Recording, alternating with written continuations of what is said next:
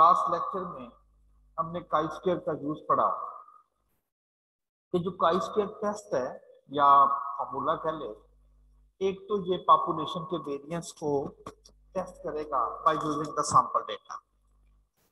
एक यूज ये था। सेकंड यूज ये पड़ा कि अगर हमारे पास कुछ ऑलरेडी कुछ रिजल्ट्स हैं, उसे आप थ्योरेटिकल रिजल्ट्स कह दें।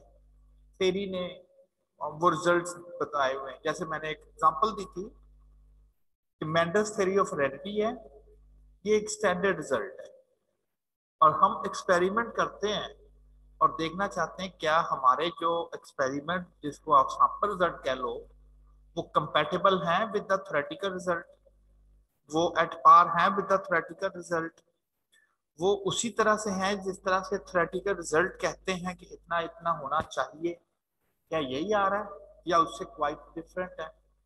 तो उसको हम कहते हैं, उस टेस्ट को हमने कहा chi square goodness of fit test. तो chi square goodness of fit test हमने पढ़ा। उसके बाद फिर एक और यूज करना पड़ा काई स्क्वायर का, थर्ड यूज, और वो थर्ड यूज था काई स्क्वायर टेस्ट ऑफ इंडिपेंडेंस, कि क्या वो जो दो वेरिएबल्स हैं वो क्या वो इंडिपेंडेंट है।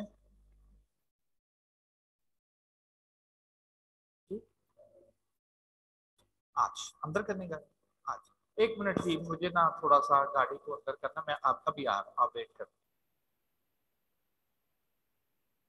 Chi square test of independence पढ़ा।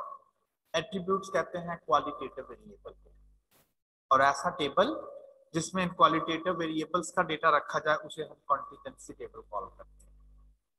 The chi square test of independence is used to determine if there is a relationship between the two qualitative variables that cannot be ordered, जिनको हम order नहीं कर सकते वरना हमने rank correlation लगा दी थी।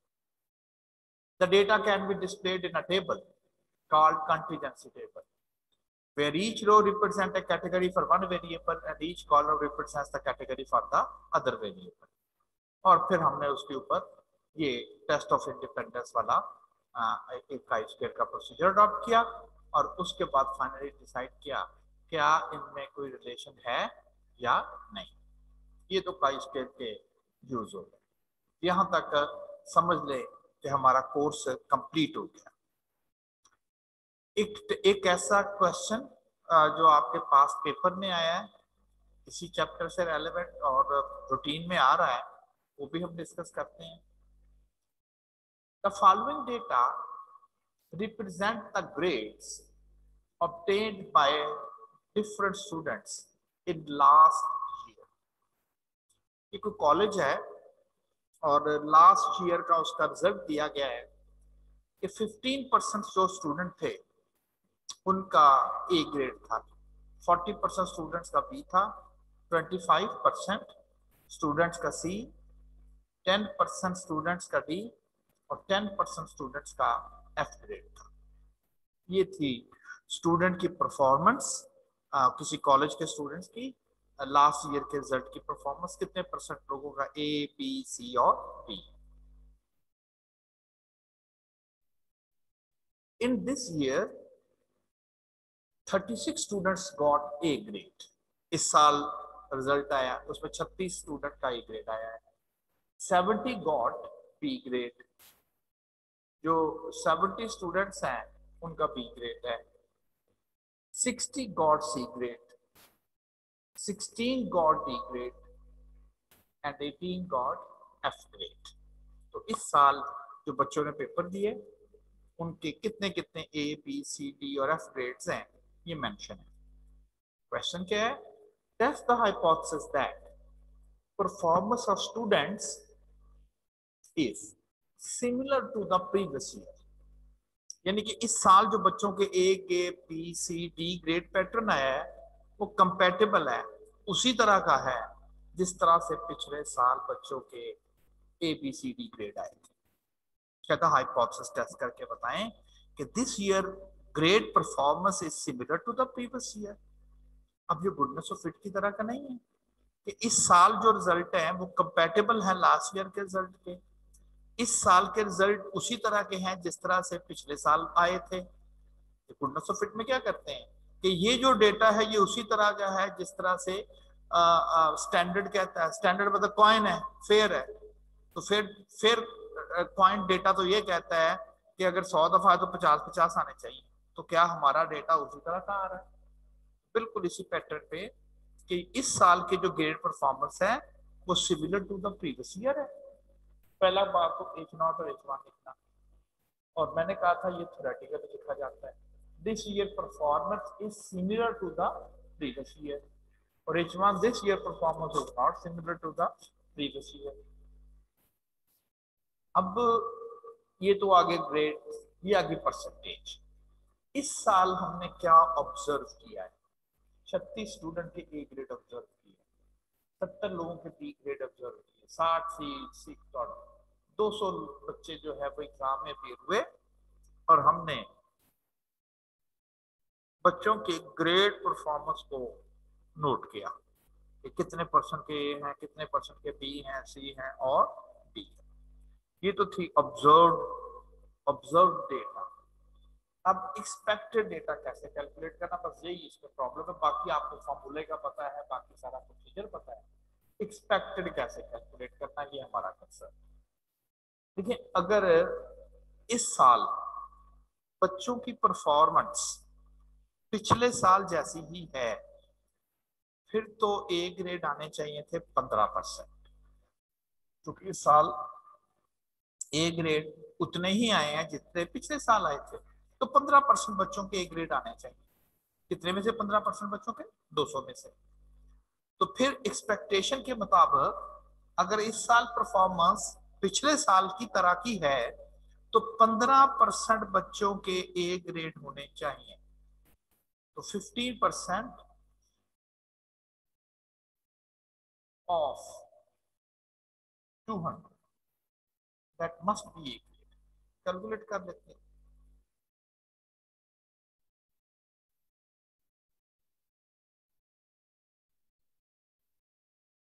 तो अगर इस साल परफॉर्मेंस पिछले साल की तरह की है तो इसके मुताबिक 200 में से 30 बच्चों के ग्रेड होने चाहिए। कितने आए? 36। तो भी लगते हैं बट नॉट कंफर्म। इसी तरह से बाकी को भी कैलकुलेट कर ले। 40% कितने का? 40% 200 का, ये बी ग्रेड होने चाहिए। 80 लोगों के बी ग्रेड होने चाहिए। कितने के आए हैं? 70 के आए। शायद क्लोज है, मे भी दूर हो, एंड सो ऑन। यानी कि इस 200 का 15%, 200 का 40%, 200 का 25%, 200 का 10% और 200 का 10%। इनको सम करें, इनको सम करें, sum of O must equal to sum of E, ये बराबर है। अब आपने यहां से काई स्क्वायर की वैल्यू जो है वो कैलकुलेट कर ली। काई स्क्वायर की वैल्यू कैलकुलेट की, 5.45 आ गई। तो ये अब आपके पास आ गई टोटल डिस्क्रिपेंसी कह ले, क्या टोटल फर्क कह दे ओ और ई का। मुझे हाई लगता है। अगर तो ये डिफरेंस आई है तो फिर तो ये इतना ठीक नहीं। अब कैसे पता चलेगा? वही काई स्क्वायर की वैल्यू टेबल से देखेंगे। आपको पता है ये वन साइडेड है, बड़ी वैल्यू होगी तो रिजेक्ट करेंगे, तो ये वाली वैल्यू पुट कर। और इसमें डीएफ कितना होता है? ये गुडनेस ऑफ फिट है। It is not a test of independence, it is not a chi square contingency table. तो दो वेरिएबल का डेटा ही नहीं है ये तो। और वहां होता है k-1। ये आपके पास है 5। ये काई स्क्वायर की वैल्यू आप नोट करोगे 0.05 एट 4 डी। टेबल आपको प्रोवाइड किए जाएंगे। इस पे वैल्यू आप जाके टेबल से नोट करेंगे, और ये वैल्यू आ रही है 9.488। हमारे पास वैल्यू कितनी आ रही है? 5.45। ये वाली यहाँ पर तकरीबन ये एक्सेप्टेंस रीजन में है। तो इसका मतलब ये स्टेटमेंट सही है, क्योंकि ये जो फर्क है वो कह रहा है इतने बहुत ज्यादा सिग्निफिकेंटली डिफरेंट नहीं आए। 18, अब 20%, 20 लोगों के आने चाहिए थे, 18 के आए हैं, 20 के 18, 16 के हैं। कहता है इतना खास फर्क नहीं है कि आप इसको सिग्निफिकेंटली डिक्लेयर करते। तो होता नहीं है जब आप देखते कहते तकरीबन पिछले जैसे रिजल्ट है, इसका मतलब क्या होता है एग्जैक्ट तो नहीं। हाँ अगर ये बिल्कुल एक जैसा तो फिर बोलते हैं एग्जैक्ट पिछले जैसा रिजल्ट आया, तो एग्जैक्ट तो नहीं आया, लेकिन हम लफ्ज आम मैं डेली लाइफ की बात करता हूँ, हम कह देते तकरीबन पिछले जैसा ही है, यानी कि इनमें डिफरेंसेस तो हैं ओ और ई में, लेकिन इतने नहीं है कि आप उसे वाजे तौर पे कहते हैं ये तो बहुत फर्क है। तो हम कह देते हैं ऑलमोस्ट सिमिलर परफॉर्मेंस। इस साल भी बच्चों की A grade B grade C grade की जो परफॉर्मेंस है वो similar to the previous year. जी अगर आपकी किसी ने क्वेश्चन करना हो, ये chi square goodness of fit test का जो है वो प्रॉब्लम था।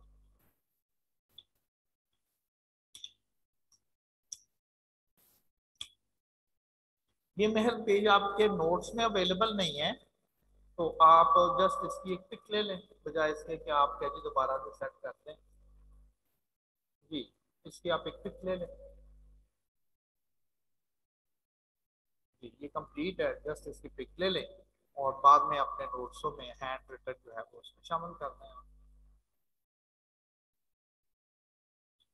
ठीक है जी। अब कुछ ना कमेंट्स हैं, ये एग्जाम में आए हुए हैं और आपके मैंने आई कैप की जो बुक देखी है उसमें ये कुछ आउटलाइन के समझ या हिंट के तौर पे समझ लें, ये लिखा हुआ है। ये कुछ कमेंट्स जो हैं वो यहाँ पर शामिल है। पहला कमेंट्स क्या है कि येट्स करेक्शन क्या है। हमने अभी काई स्क्वायर टेस्ट जो है पढ़ा कंटीजेंसी टेबल, उसकी कंटीजेंसी टेबल की एक वेरिएबल्स की, जैसे ये था एक वेरिएबल्स की कैटेगरीज हम रो में और दूसरे की हम कॉलम में रखते हैं और ये वाला फार्मूला यूज किया जाता है। एक एक प्रॉब्लम आया, उसमें ये आइडेंटिफाई किया गया कि ऐसा कंटीजेंसी टेबल जिसकी दो रोज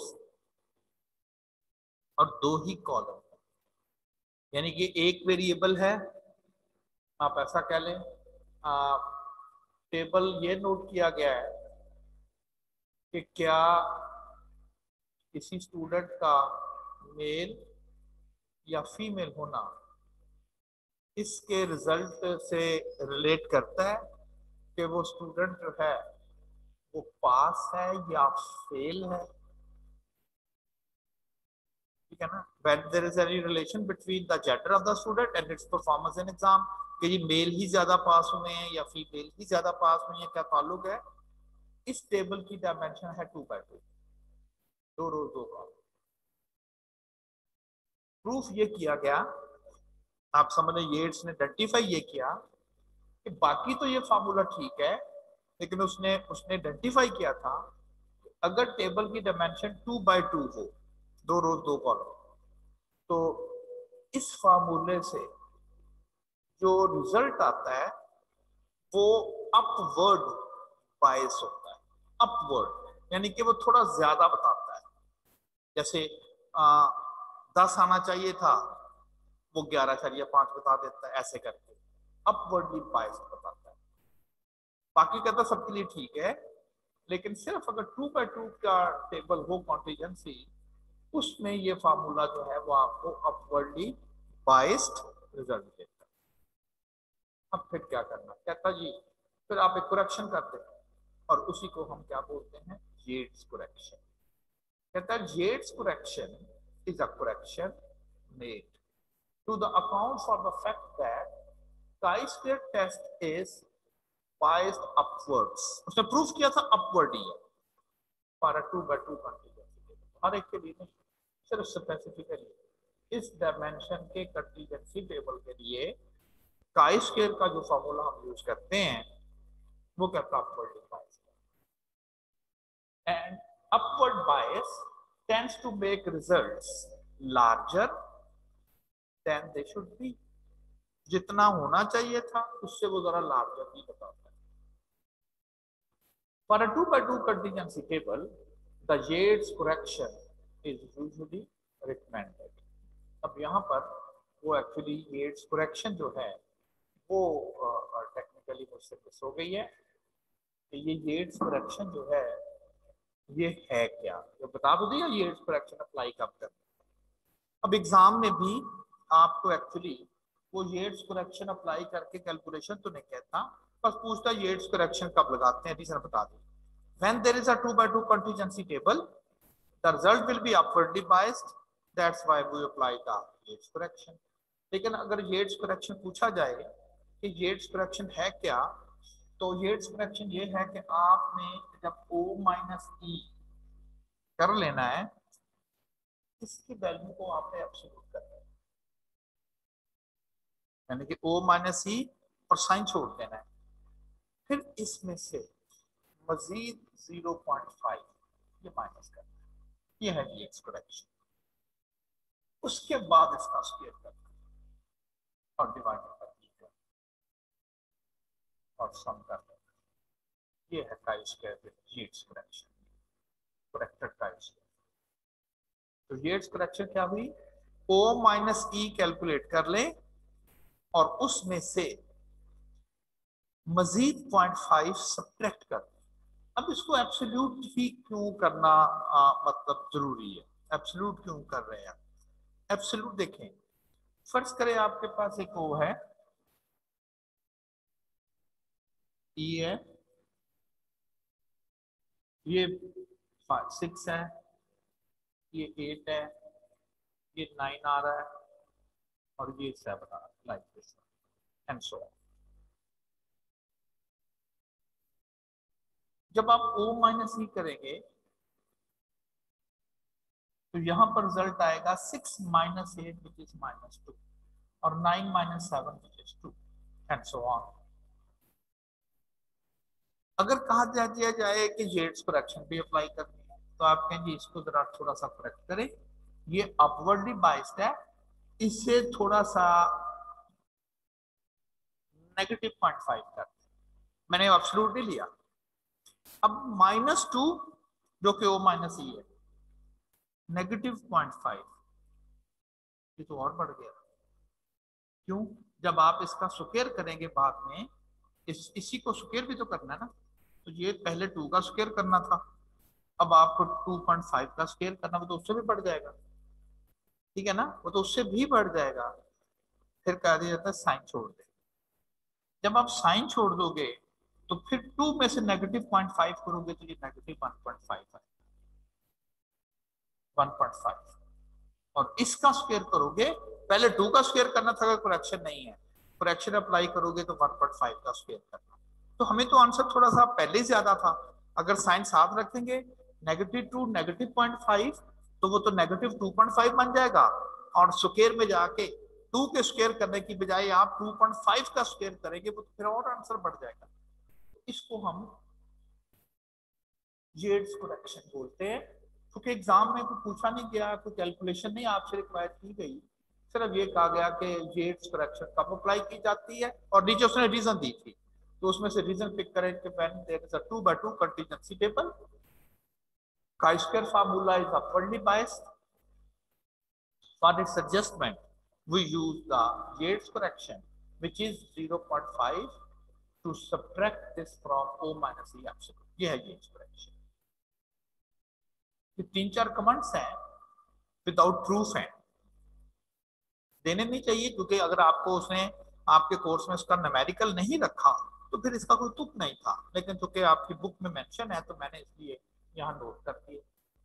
कहते हैं test of equality of several population proportion, several, आपको याद होगा आपने सिंगल प्रोपोर्शन की जी टेस्ट लगाया, आपने 2 प्रोपोर्शन की इक्वालिटी की जी टेस्ट लगाया, लेकिन कहता है अगर सेवरल प्रोपोर्शंस हो और उनकी इक्वालिटी चेक करना हो, लाइक हमने किया नहीं है ना हमारे कोर्स में, पहले हमने सिंगल प्रोपोर्शन के रेलेवेंट स्टेटमेंट चेक की, फिर एक क्वेश्चन आया जिसमें हमने 2 प्रोपोर्शंस की इक्वालिटी चेक की, अगर ये 3 4 5 6 सेवरल हो तो अब क्या करना है,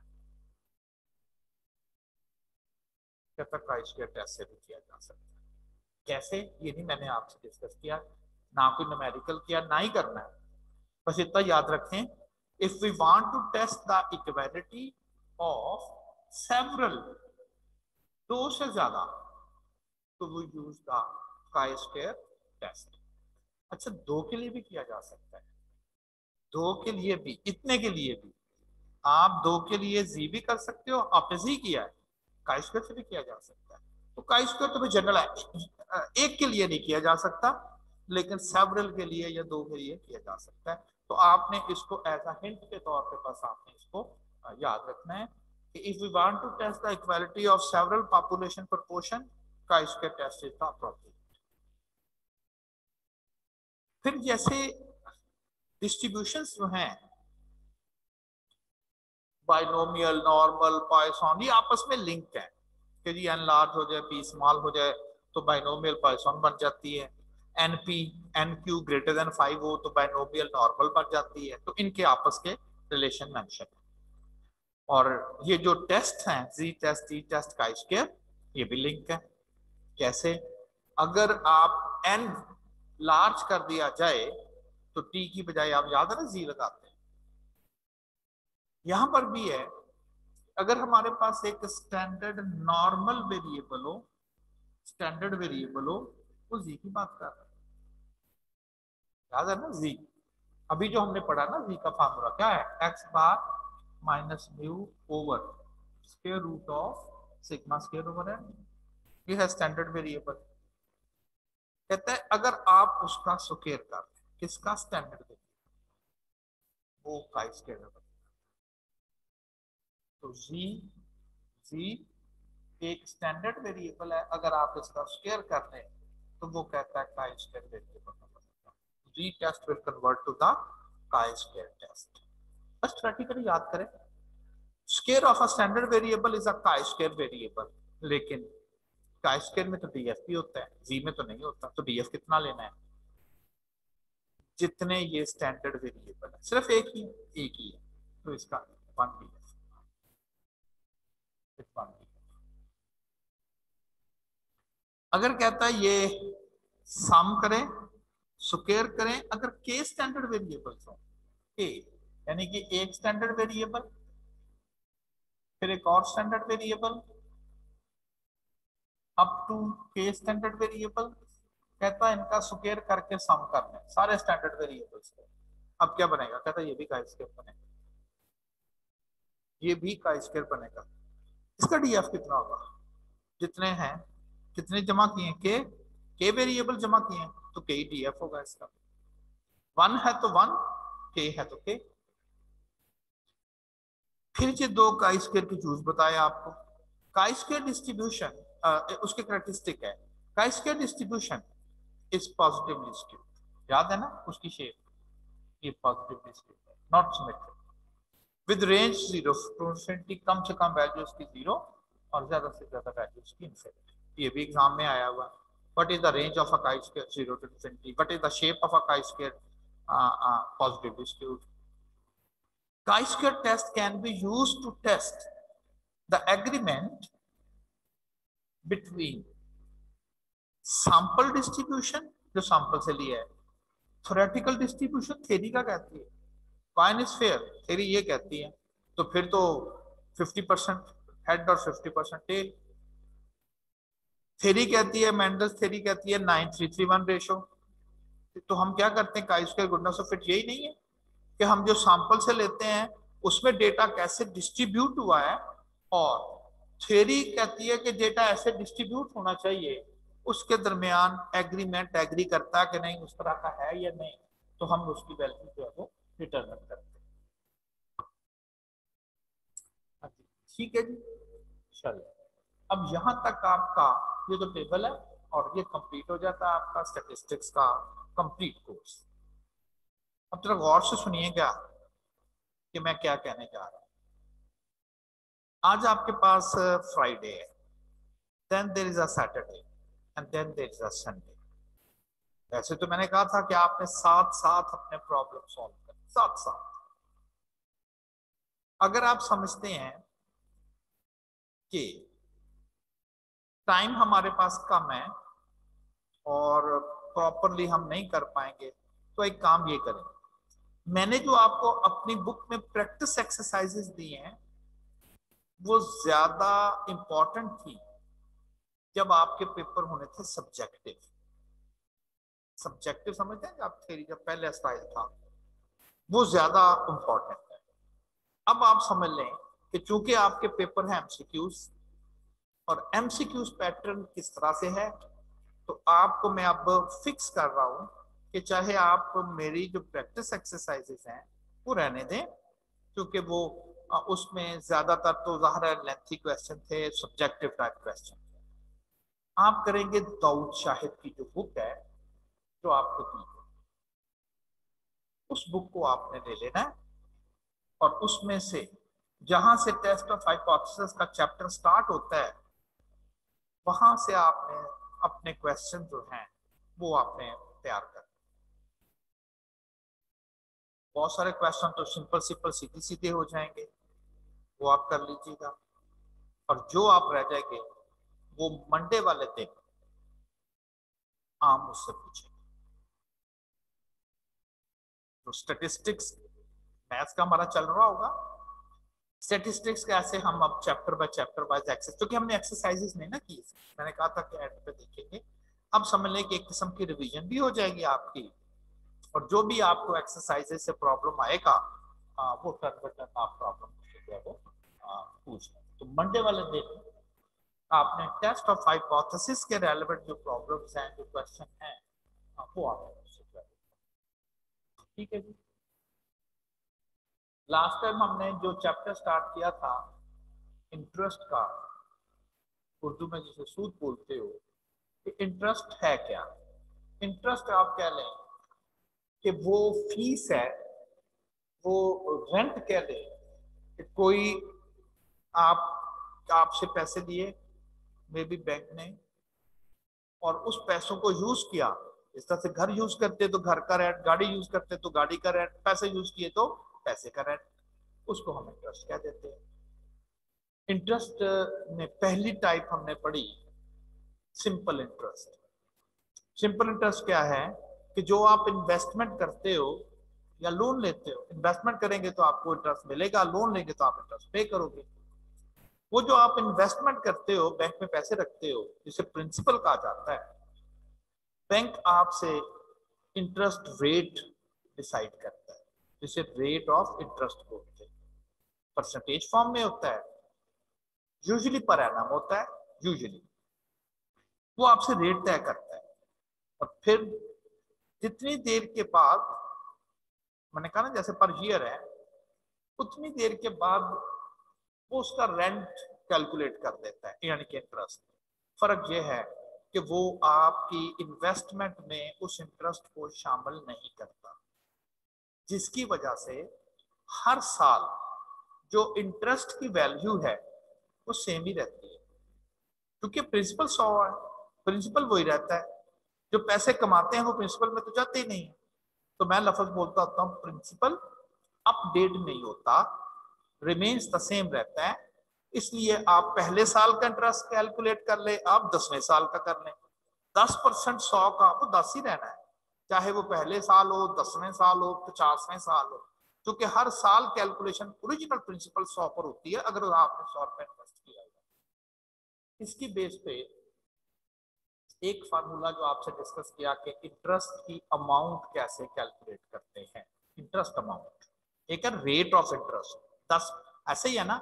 अगर मैं कहूंगा 10% ये रेट है, इसका 10%, 100 का 10 रुपए ये अमाउंट है, ठीक है ना। 2 साल का 20 रुपए ये अमाउंट ऑफ इंटरेस्ट हो गई।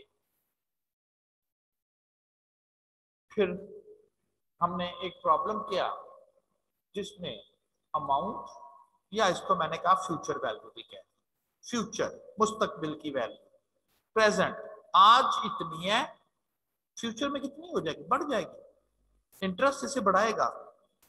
आज अगर आप 2500 रुपया लोन के फॉर्म में लिया है, 8 माह के बाद इसका फ्यूचर देखें तो इसका फ्यूचर जो होगा वो 200 और 2333 रुपए इसका फ्यूचर हो चुका होगा।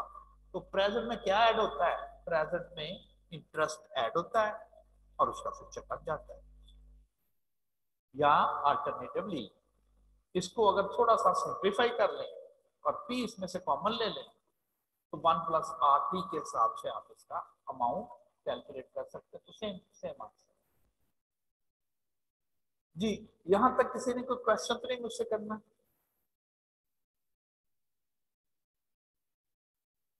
क्योंकि मैं चाहूंगा कि आप साथ साथ मेरे इस चैप्टर को करें, साथ साथ। एक और क्वेश्चन है, find the amount of interest, amount of interest I, capital I की बात कर रहे हैं, and the amount to be repaid, वापस करने हैं। इसका मतलब लोन लिया होगा, इंटरेस्ट डाल के वापस करने हैं, फ्यूचर वैल्यू की बात कर रहा है। On a loan of ₹11,280 for 85 days with interest of, ये रेट की बात हो गई, 11%। कितनी देर का पर एनम मेंशन नहीं है। कहते हैं अगर एक लोन लिया जाए 11,280 रुपए का, 85 दिन के बाद अगर आपको वो लोन वापस कर देना है, कहता बताएं आपको कितनी इंटरेस्ट की अमाउंट पे करनी पड़ेगी और वापस कितने पैसे करने पड़ेंगे। वो प्रिंसिपल में इंटरेस्ट डाल दें, आप नहीं इतने पैसे रीपे करते हैं। एक नोट है, interest found assuming 360 days in a year is called ordinary interest। होते तो नहीं, 360 दिन तो नहीं होते ना, 360 दिन नहीं होते। पहले क्या चल रहा था, होता ये था कि जब मंथ्स की बात आती थी तो जी 3 माह का इंटरेस्ट कैलकुलेट करें। अब वो डिपेंड करता था 3 माह कौन से हैं, ठीक है ना। कभी लगातार 2 माह ऐसे भी आएंगे जिसमें 31 दिन आ जाएंगे, किसी में 28वीं फरवरी का भी अगर, तो ये बड़ी गड़बड़ होती थी। उन्होंने एक ना सिस्टमेटिकली क्या चीज बनाई, उन्होंने कहा कि हम हर महीना, चाहे वो जनवरी हो, फरवरी हो, मार्च हो, अप्रैल हो, हम हर महीना अपनी कैलकुलेशन में 30 दिन का ही कंसिडर करें। चाहे वो अगस्त हो 30 दिन, चाहे वो फेब हो 30 दिन, तो हर महीना 30 दिन का, 12 माह है तो 360 दिन बन गए। ये इसे हम कहते हैं ऑर्डिनरी इंटरेस्ट। अगर 360 दिन कंसिडर किए जाएं तो ordinary interest, and interest found assuming 365 days in a year is called exact interest, जो कि एग्जैक्ट वैल्यू है 365 दिन की।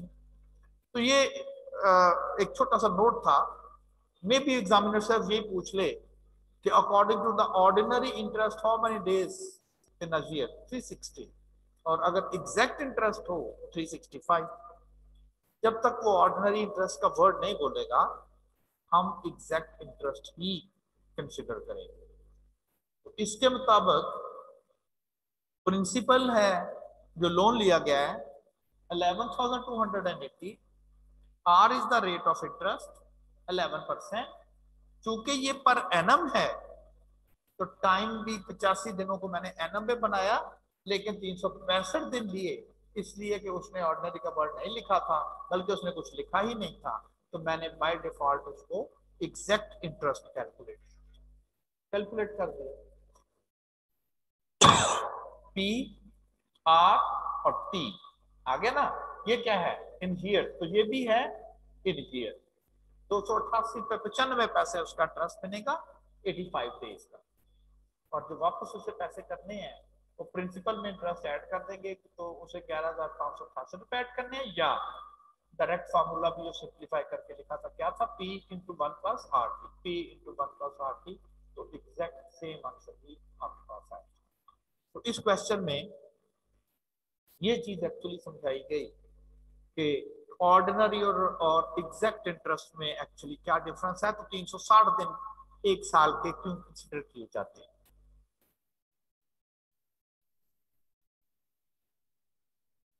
अब बैंक चार्जेस मार्कअप, इंटरेस्ट को क्या दे, इंटरेस्ट ही है, मार्कअप बस नाम बदला हुआ है। अब bank charges markup at a rate of rupees at rupees 0.39 per day per 1,000 rupees।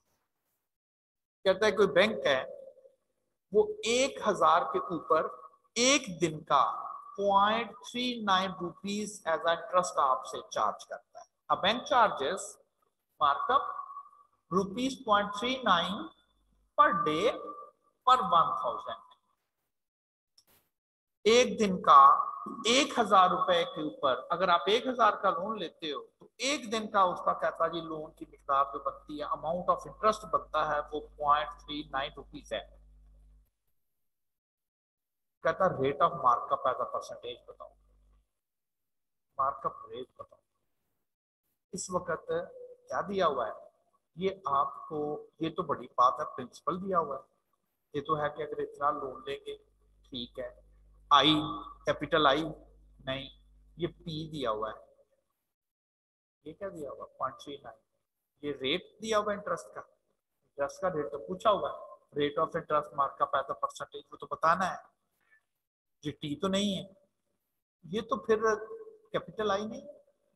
Interest की मिकदार कितनी, amount of interest, yes it is amount of interest. इस फार्मूले में आपको आई दिया हुआ है, पी दिया हुआ है, आर एज अ परसेंटेज मालूम करना है, टी टाइम।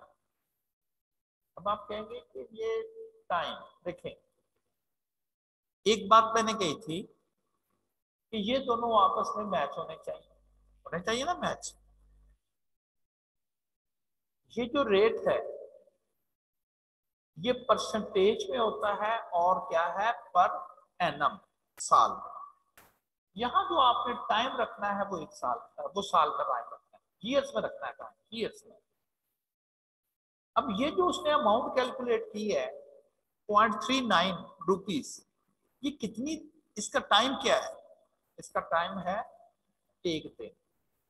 एक दिन का इंटरेस्ट रेट है ना पर डे, तो ये एक दिन का इंटरेस्ट रेट है, पर डे है ये, एक दिन है ये, तो एक दिन का इंटरेस्ट रेट है। इसका मतलब है फार्मूले में जो आपने टाइम रखना है वो एक दिन रखना है, लेकिन उसको साल बना के रखना है। क्यों, ये जो परसेंटेज है इसके और इसके यूनिट सेम होने चाहिए।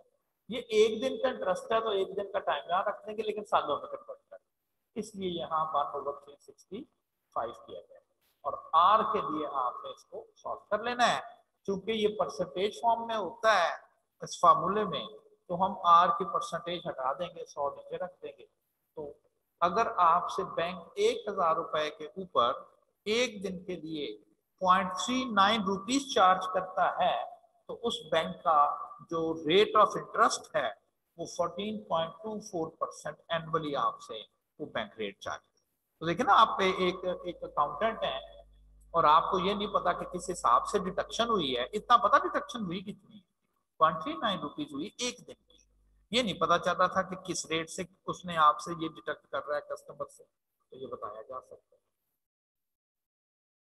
सेकंड एग्जांपल है, an individual has purchased rupees 275,000 worth of saving certificates। तो इन्वेस्टमेंट सर्टिफिकेट होते हैं मुख्तलिफ किस्म के, सेविंग सर्टिफिकेट्स जैसे होता है नेशनल सेविंग सर्टिफिकेट। तो किसी इंडिविजुअल ने 2,75,000 रुपए के सेविंग सर्टिफिकेट खरीदे। सेविंग सर्टिफिकेट यही होते हैं, आप पैसा देते हो, वो पैसे के सबूत के तौर पे आपको वो एक सर्टिफिकेट सा पकड़ा देते हैं, उसके ऊपर आपका नाम और वर्थ वगैरह लिखी हुई होती है। तो ये चीज का प्रूफ होता है कि आपने यहाँ पर इन्वेस्टमेंट जो है वो की हुई है, प्रूफ के तौर पर रसीद कहते हैं saving certificate. The certificate expires in 25 years, 25 साल तक की वो इन्वेस्टमेंट है। एंड सिंपल इंटरेस्ट रेट बता दिया गया, इंटरेस्ट उसने कैसे देना है, सिंपल इंटरेस्ट, यानी कि जब भी कैलकुलेशन होनी है 2,75,000 के ऊपर ही होनी है। आल्दो इंटरेस्ट आपका बन भी जाएगा लेकिन वो प्रिंसिपल में तो जाना नहीं है क्योंकि वो सिंपल इंटरेस्ट है। Simple interest rate is computed quarterly, साल में 4 क्वार्टर होते हैं, एक क्वार्टर 3 माह का होता है, जनवरी फरवरी मार्च ये एक क्वार्टर हो गया, अप्रैल मई जून दूसरा क्वार्टर, जुलाई का सितंबर अक्टूबर नवंबर दिसंबर। एक साल के 4 क्वार्टर होते हैं, क्योंकि 12 माह होते हैं तो एक क्वार्टर में 3 माह। कहता है हर क्वार्टर में क्वार्टरली वो कैलकुलेशन कर रहे हैं एट अ रेट ऑफ 3%। तो जो सिंपल इंटरेस्ट रेट है वो 3% है। कितनी देर का? एनुअली, पर क्वार्टर। यहां बड़ा क्लियर मेंशन, पर क्वार्टर। जहां मेंशन नहीं होता वहां पर आप कहते हो ये ईयरली रेट है, लेकिन यहां तो बड़ा क्लियरली उसने मेंशन किया हुआ है ये पर क्वार्टर रेट है। 1 मिनट की आप थोड़ा वेट करोगे तो रेट तो है 3%, लेकिन पर क्वार्टर ही दिया हुआ है। यस, यानी कि ये जो रेट है 3% ये पर क्वार्टर है।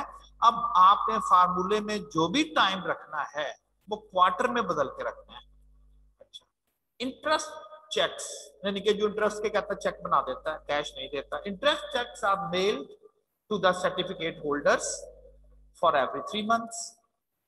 कहते हैं the interest the individual can expect to earn every 3 month is, कहता कितना उसका 3 माह का इंटरेस्ट बनेगा। ये एक्चुअली आई कैप का ही बुक का क्वेश्चन है, आपके क्वेश्चन बैंक का। उसने ना मेरा ख्याल है ऐसे ही, इसका कोई सिग्निफिकेंस नहीं है ये वाला, और भी 2-4 स्टेटमेंट्स कम की जा सकती थी, लेकिन उसने ऐसे ही जरा ना एक खौफा सा क्वेश्चन को बनाया हुआ है। वो सिंपल ये पूछ रहा है कि 3 माह के बाद जो उसको इंडिविजुअल को इंटरेस्ट मिलना है वो चेक की फॉर्म में, वो कहता जी कितना मिलना है। 3 माह का आपने अमाउंट ऑफ इंटरेस्ट कैलकुलेट करनी है, कितनी? 3 माह की। I is equal to P R T, principal this one. 3 माह की कैलकुलेट करनी है ना। अब आपने यहां पर इंटरेस्ट रेट लगाना है, और इंटरेस्ट रेट क्वार्टर का ही है। एनएम में होता ना तो मैंने ये लिख देना था, लेकिन अब आपने ये जो टाइम लिखना करना है जिसका आपने इंटरेस्ट कैलकुलेट करना है, इसको आपने क्वार्टर में बदलना है और यहां लिख देना है, क्योंकि ये क्वार्टर का रेट है। दिस रेट इज पर क्वार्टर और टाइम इज इन क्वार्टर। जैसे ये अगर ईयर था, पर ईयर था तो 1 दिन को मैंने साल में बदला। ये अगर आपके पास टाइम आ जाएगा तो आप इसको इसमें बदलोगे, क्वार्टर में बदलोगे। अब कितनी देर का इंटरेस्ट है? 3 माह का। 3 माह के कितने क्वार्टर बनते हैं? एक। 3 माह का एक ही बनता है ना, तो एक क्वार्टर 8,250 रुपए का उसका इंटरेस्ट बनेगा। That's all. बड़ा सिंपल सा क्वेश्चन था, उसने ऐसी लंबी चौड़ी स्टेटमेंट दी हुई है, तो सिंपल कह देता जी 2,75,000 के सर्टिफिकेट हैं और 3% पर क्वार्टर इंटरेस्ट है, तो एक क्वार्टर का इंटरेस्ट रेट बताए। वो हमें वो होल्डर करता है, ये करता है, फिर मेल बनाता, तो एग्जाम स्टूडेंट कहता ले जी ये तो बड़ा ही मुश्किल क्वेश्चन आ गया। ठीक है ना। तो सिंपली उसने आपको इंटरेस्ट रेट पूछा था, और ये जो परसेंटेज फॉर्म में नहीं है ये क्वार्टर में है। चूंकि ये क्वार्टर में है तो यहाँ टाइम भी आपने क्वार्टर में रखना है। सेम हो गया, 8,02,50 रुपए उसका बन गया। जी कोई क्वेश्चन हो तो?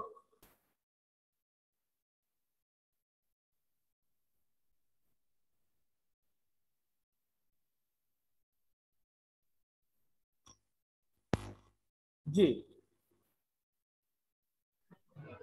सर ये ज्योमेट्रिक मीन में जैसे हम फाइंड करते हैं परसेंटेज इंटरेस्ट, मतलब कि एवरेज परसेंटेज इंटरेस्ट होता है ज्योमेट्रिक मीन के अंदर, उसके लिए इन्वेस्टमेंट सेम होनी चाहिए। मतलब कि अगर एक हमें क्वेश्चन आता है कि a person invest 5,000 at 10.5%, 6,300 at 10.8%, 4,500 at 11%, what is the average percentage return. तो ये ज्योमेट्रिक मीन से फाइंड होगा कि ये इस फॉर्मूले से होगा, is equal to P R T को मतलब कि किसी तरह। नहीं, ये देखिएगा वहां आपको मुख्तलिफ परसेंटेजेस दी गई हैं और उनकी एवरेज पूछी गई। यहाँ तो परसेंटेज एक ही है, 3% है बस। इंटरेस्ट पूछा हुआ है, एवरेज नहीं पूछी। आपको उसमें इंटरेस्ट पूछा हुआ है, अमाउंट ऑफ इंटरेस्ट अर्न पूछा हुआ है। वहां पर मुख्तलिफ 3 एवरेजेस दी गई, 3 इंटरेस्ट रेट दिए गए, और फिर उनको कह दिया एवरेज इंटरेस्ट रेट बता। यहाँ तो इंटरेस्ट रेट एक ही है बस, 3%। और पूछा भी आपसे अमाउंट ऑफ इंटरेस्ट क्या है, वो ज्योमेट्रिक मीन से ही है और वेटेड से है, क्योंकि इन्वेस्टमेंट डिफरेंट हो रही है ना। और ये क्वेश्चन तो सिंपली एक इंटरेस्ट रेट का है जिसमें आपको अमाउंट ऑफ इंटरेस्ट पूछी हुई है, इसकी एवरेज तो नहीं करनी है। तो ये सिंपली इस तरह से। सर ज्योमेट्रिक मीन के अंदर जैसे ये भी जरूरी होगा कि ज्योमेट्रिक मीन में तो हम मल्टीप्लाई सिंपली इंटरेस्ट रेट कर देते हैं ना, 10.5 मल्टीप्लाई बाय 10.8 मल्टीप्लाई बाय 11 इसकी पावर 1/3। नहीं, अगर तो इन्वेस्टमेंट सेम हो, अगर वहां इन्वेस्टमेंट सारी डिफरेंट हो तो फिर आप उसके ऊपर वेटेड ज्योमेट्रिक मीन लगाते हैं। आप याद करें ना, अगर तो इन्वेस्टमेंट हर जगह सेम हो फिर तो ठीक है, लेकिन अगर इन्वेस्टमेंट्स डिफरेंट हो तो फिर आपने वेटेड ज्योमेट्रिक मीन जो है वो यूज करना होगा, क्योंकि इन्वेस्टमेंट हर जगह पर डिफरेंट आ रहा है। Okay sir, thank you.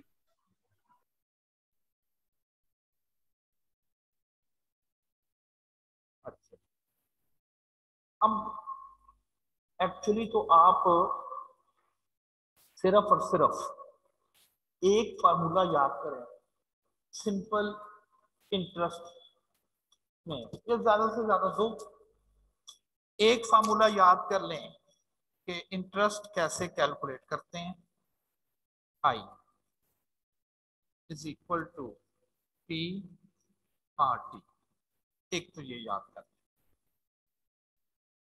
और दूसरा याद कर लें अगर आपने ए मालूम करना हो फ्यूचर वैल्यू तो पी से स्टार्ट लिया और 1 प्लस आर।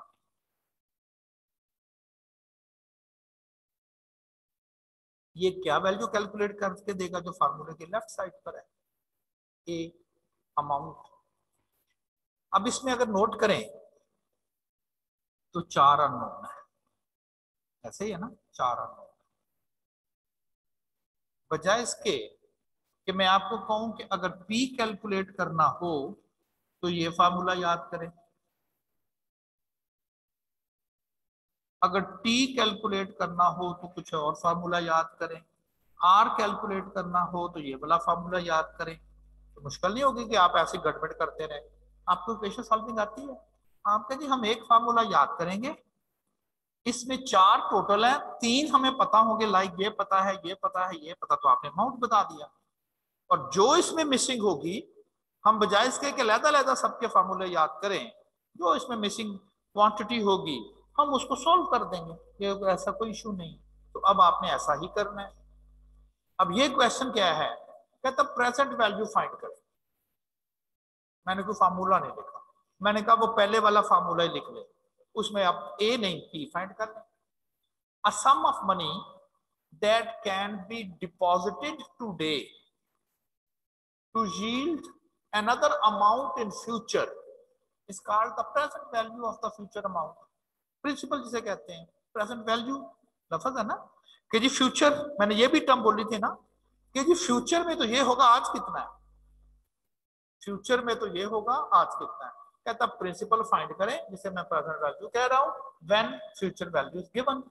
मैं कहता हूं मैंने नीचे फार्मूला नहीं लिखा, मैंने कहा वो जो फार्मूला है उसी को यूज करेंगे, वहीं से कैलकुलेशन कर देंगे। कहता find the present value of the future amount of 10,000 in 1 year if interest is 13%। अब ऐसा कह लें कि कोई शख्स है, एक बैंक 13% उसे इंटरेस्ट रेट दे रहा था, 13%। एक साल के बाद उसने बैंक से 10,000 रुपए जो है वो रिसीव कर लिया। कहता जी उसने इन्वेस्ट कितने किए थे एक साल पहले, ये तो फ्यूचर हो गया ना, एक साल का इंटरेस्ट समझ के शामिल हो गया इसमें। कहता है यहाँ पर फ्यूचर बताए, प्रेजेंट वैल्यू बताए, उसने इन्वेस्टमेंट की कितनी थी, तो प्रेजेंट वैल्यू फाइंड कर, आप वही फॉर्मूला लिख रहे हैं, प्रेजेंट वैल्यू फाइंड कर, तो पी आ जाएगा यहाँ से,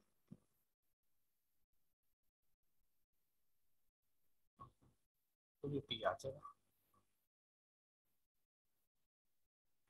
मैंने वैल्यूज रख दी और फॉर्मूले में से पी आएगा कैलकुलेट करके रख दिया। कुछ ना इसको ऐसे भी लिखते हैं, वो कहते हैं एक ही सिस्टम से लिख लें। कैसे, कहते हैं जी अगर आपने ए मालूम करना हो तो यहाँ पी लिखें, फ्यूचर की जानिब जा रहे हैं तो यहाँ 1 कर लें, अगर उलट आ रहे हैं इधर से इधर का सफर तय कर रहे हैं तो यहाँ ए से स्टार्ट कर लें, और वापस आ रहे हैं तो इधर -1 कर लें। -1 क्या है ना, ये ए है, इसकी पावर है 1, अगर मैं इसको उठा के ऊपर लिख दूं तो क्या आ जाएगा, -1। ठीक है ना, तो कोई जरूरी नहीं है ये फार्मूला याद करना। बिल्कुल सही है, छोड़े पर है इसको, बस जैसे मैंने कहा वैल्यूज पुट कर दें और अपना आंसर ले लें।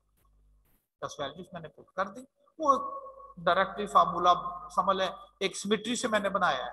मैं कहता हूँ ए मालूम करना, यहाँ पी रखें और यहाँ पावर 1। अगर पी मालूम करना है तो यहाँ ए रखें और वापसी का सफर कर रहे हैं ऐसा समझ लें, इधर को आ रहे हैं तो यहाँ -1। -1 का मतलब वही डिवाइजर में। तो उसने शख्स ने 8,849 रुपए 56 पैसे एक साल पहले इन्वेस्ट किए थे, जहां से बैंक से जाके उसने फिर 10,000 रुपया एक साल के बाद जो है वो अपने इन्वेस्टमेंट के तौर पे जो है वो रिसीव किया। तो प्रेजेंट वैल्यू फाइंड करी है मैंने, अमाउंट या फ्यूचर वैल्यू अवेलेबल थी। अब ये क्वेश्चन तो बड़ा ही डायरेक्ट है, लिखा गया है कि उसकी present value of this future amount find करें।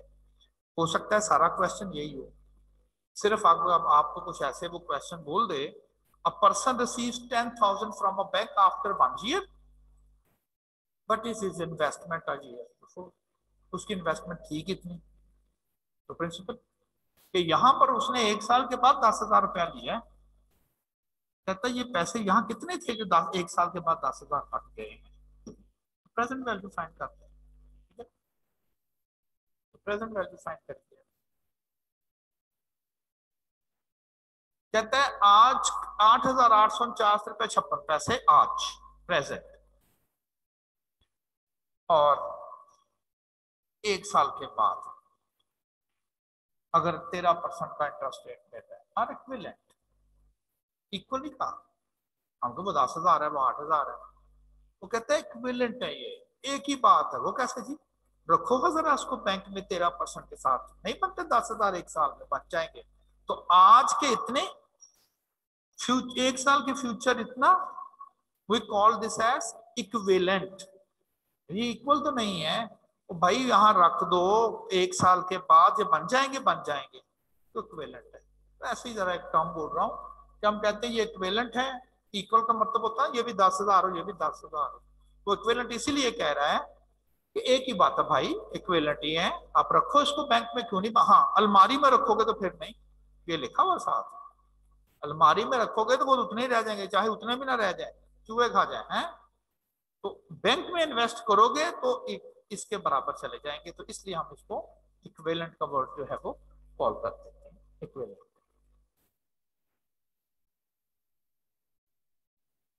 Because of a court settlement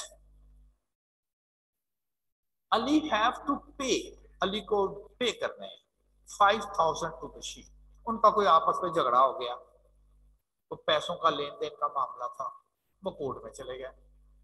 court ने उनकी बातें सुनी, मिस्टर अली को कहा कि अली अली साहब आप जरा देना बशीर को 5,000। The money must be paid in 10 months। Decision आज कर दिया कोर्ट ने, लेकिन पैसे जो अली ने वापस करने थे बशीर को 5,000, वो 10 माह के बाद वापस है, आज नहीं करना, 10 माह के बाद। और साथ ही ये ना हो कि आज डिसाइड हुआ है, 10 माह के बाद जब अली पैसे वापस करने जाए तो बशीर साहब कहें जी मुझे 10 माह का इंटरेस्ट भी दो। इस चैप्टर में ना इंटरेस्ट के अलावा किसी ने किसी से बात करनी ही नहीं। हक तो बनता है, क्योंकि डिसीजन जब हुआ था 5,000 रुपए का मालिक बशीर बन गया, अली ने वापस नहीं किए, तो समझा तो यही जाएगा कि चूंकि डिसीजन के तौर 5,000 रुपए बशीर मालिक है, तो 10 माह तो पैसे फिर अली के पास रहे बशीर के, क्योंकि उसका मालिक तो बशीर बन गया, तो 10 माह का रेंट तो हक बनता है। ये कोर्ट को भी पता था, लेकिन कोर्ट ने अपने डिसीजन में लिख दिया कि मिस्टर बशीर 10 माह का इंटरेस्ट नहीं मिलेगा आपको, जाओ फैसला हो गया, पैसे 10 माह के बाद, लेकिन उस वक्त आप मालिक बनोगे 10 माह के बाद, कितना? 5,000 रुपए, इंटरेस्ट नहीं मिलेगा। ये थी court settlement. Suppose Ali wishes to pay the money today. Ali कहता बशीर को यार तुम्हें मैंने 5,000 रुपया देना है, देना तुम्हें 10 माह के बाद है, यार तुम ऐसा करो मैं तुम्हें अभी दे देता हूँ पैसे, 5,000 रुपया अभी दे देता हूँ। ज़ाहिर बशीर ने तो खुश होकर ले लेना कि अच्छी बात है, मैं जरा ऐसे बैंक में रखूंगा, 10 माह के बाद मुझे 5 ही मिलना था, लेकिन अली ने मुझे आज ही दे दिया, मैं आज ही बैंक में रख देता हूँ, 10 माह का ट्रस्ट मौजे हो गए। लेकिन अली कहता है कि नहीं, मैं तुम्हें फ्यूचर में 5 देना था, ये फ्यूचर ही है ना। और कब अली इसको दे रहा है, किधर दे रहा है, वो आपने कैलकुलेट करके बताना है। Present value, but amount should Bashir be willing to accept, कहता उससे कितने पैसे ले ले, एक ही बात है। Assume an interest rate of 11%, आपने कहना इंटरेस्ट में भाई उस वक्त बैंक का इंटरेस्ट रेट फर्ज करें 11% चल रहा है ना, तो बशीर क्या करे, अली से पैसे ले, बैंक में रखे, 11% इंटरेस्ट कमाए, 10 माह के बाद वही 5,000 रुपया जो अली से लेना था वो उसको मिल जाएगा। वो कहता अली ने यही तो उससे कहा था कि आज मैं तुमसे कितने पैसे कम दे दूंगा। तो बशीर हिसाब लगाएगा कि 11% रेट चल रहा है, ये मैं आज कितने पैसे उससे ले लूं, कितने पैसे उससे ले लूं कि 11% इंटरेस्ट ऐड होके 10 माह के बाद मेरे पास वही रकम आ जाए जो अली ने मुझसे देनी थी। तो वो कैलकुलेट करके बताएगा, प्रेजेंट वैल्यू फाइंड कर ले। अली को कहे यार आप मुझे 4,500 4,580 रुपए 14 पैसे दे दो बस, क्योंकि अगर 11% इंटरेस्ट रेट चल रहा है 10 माह के बाद यही वाला जो है वो अमाउंट बन जाएगी। होता है ना सेटलमेंट सोच रही है कि अच्छा यार जी 4 माह पहले तो मैं दे रहा हूँ, इंटरेस्ट रेट चेंज चल रहा है, फौरन वो उसकी प्रेजेंट वैल्यू कैलकुलेट करेगा 4 माह पहले, कहेंगे अच्छा यार इतना दे दो बाकी मैं जानू मेरा काम। वो बैंक के रेट के हिसाब से ये दोनों इक्विवेलेंट बनते हैं। तो जो पैसे 5,000 रुपया उसने 10 माह के बाद देना था, अगर वो 10 माह पहले ही उसे दे रहा है तो वो 4,580 रुपए 14 पैसे जो है वो उसे ले ले, बैंक में रखे, 11% रेट होगा, एग्जैक्टली 10 माह के बाद वही उसके पास 5,000 रुपया उसके अकाउंट में आ जाए। जी कोई क्वेश्चन तो नहीं है आपका? अच्छा जी, अब ये जो 2 क्वेश्चन है ये जरा आपने खुद थोड़े से इंटरेस्ट के तौर पे देख लें, इंटरेस्ट में इंटरेस्ट लें तो ये इंटरेस्टिंग है, ठीक है ना। इंटरेस्ट में इंटरेस्ट लेंगे तो इंटरेस्टिंग है, वरना ये मुसीबत ही है। अब तो है ही है, अगले में उससे भी ज्यादा है।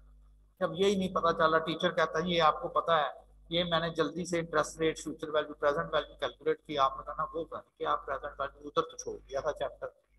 अब ये टीचर कहता है ये इसकी प्रेजेंट आ गई, ये इसकी फ्यूचर आ गई, ये रेट आ गया, ये अमाउंट आ गया, जल्दी से वो अपना काम स्टार्ट कर देगा और आप बैठे रहेंगे। तो आपने क्वेश्चन नंबर 5, 6 मैंने सॉल्व किए हुए हैं, 7 और 8, 7 और 8, 9 और 10, 11 जी, ये आपने अटेम्प्ट करने हैं, बाकी मैं करूंगा तो इसको फायदा हो जाएगा ना, आपको ना करें मैंने तो करा ही देने हैं। लेकिन अगर आप थोड़ा सा खुद दिमाग लड़ाएंगे ना तो आपको इंटरेस्ट डेवलप हो जाएगा।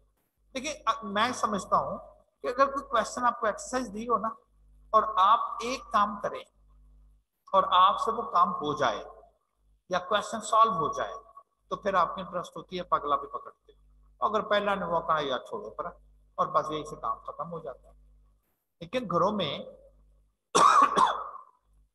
मे भी आपकी छोटी बहन कोई खाना बनाना उसने यूट्यूब से सीखा, आजकल यही हो रहा है ना, उसने खाना बनाया और आप अच्छा बना, यूट्यूब से जैसे जैसे था उसने वैसे वैसे रीड किया, अब उसके मुताबिक उसने खाना बना दिया और वो ठीक बना, सबने कहा नहीं ये तो बहुत अच्छा है, तो आपकी बहन खुश हो गई कि यार मेरी देखो कैसे तारीफ हुई गई।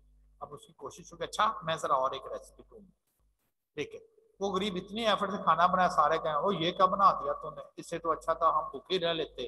तो मेरा नहीं ख्याल कि वो नेक्स्ट कभी भी यूट्यूब पर देख के कोशिश भी करे कि आपको खाना बनाया, ठीक है ना। तो जब एक दफा एक सॉल्व होता है मसला तो फिर आपका अच्छा यार ये तो इंटरेस्टिंग है, आगे चलते हैं, अगला क्या है, अच्छा ये भी हाँ ये ऐसे किया गया है, ओके अच्छी बात है, चले अगला क्वेश्चन करते हैं। पहला नहीं समझ आएगा आपने काफी ठप करने रख देना, मैं तो समझा ही दूंगा, मैं तो आपको पकड़ पकड़ के समझा दूंगा, लेकिन इंटरेस्ट नहीं डेवलप होगा। हर अगला प्रॉब्लम आप कहेंगे टीचर समझाए, तो समझ ही नहीं आ रही ना, तो इसलिए आप कोशिश तो करें ना। तो 7 से लेके 11 तक के जो प्रॉब्लम्स है वो आपने कर, ठीक है, चले अल्लाह हाफिज़।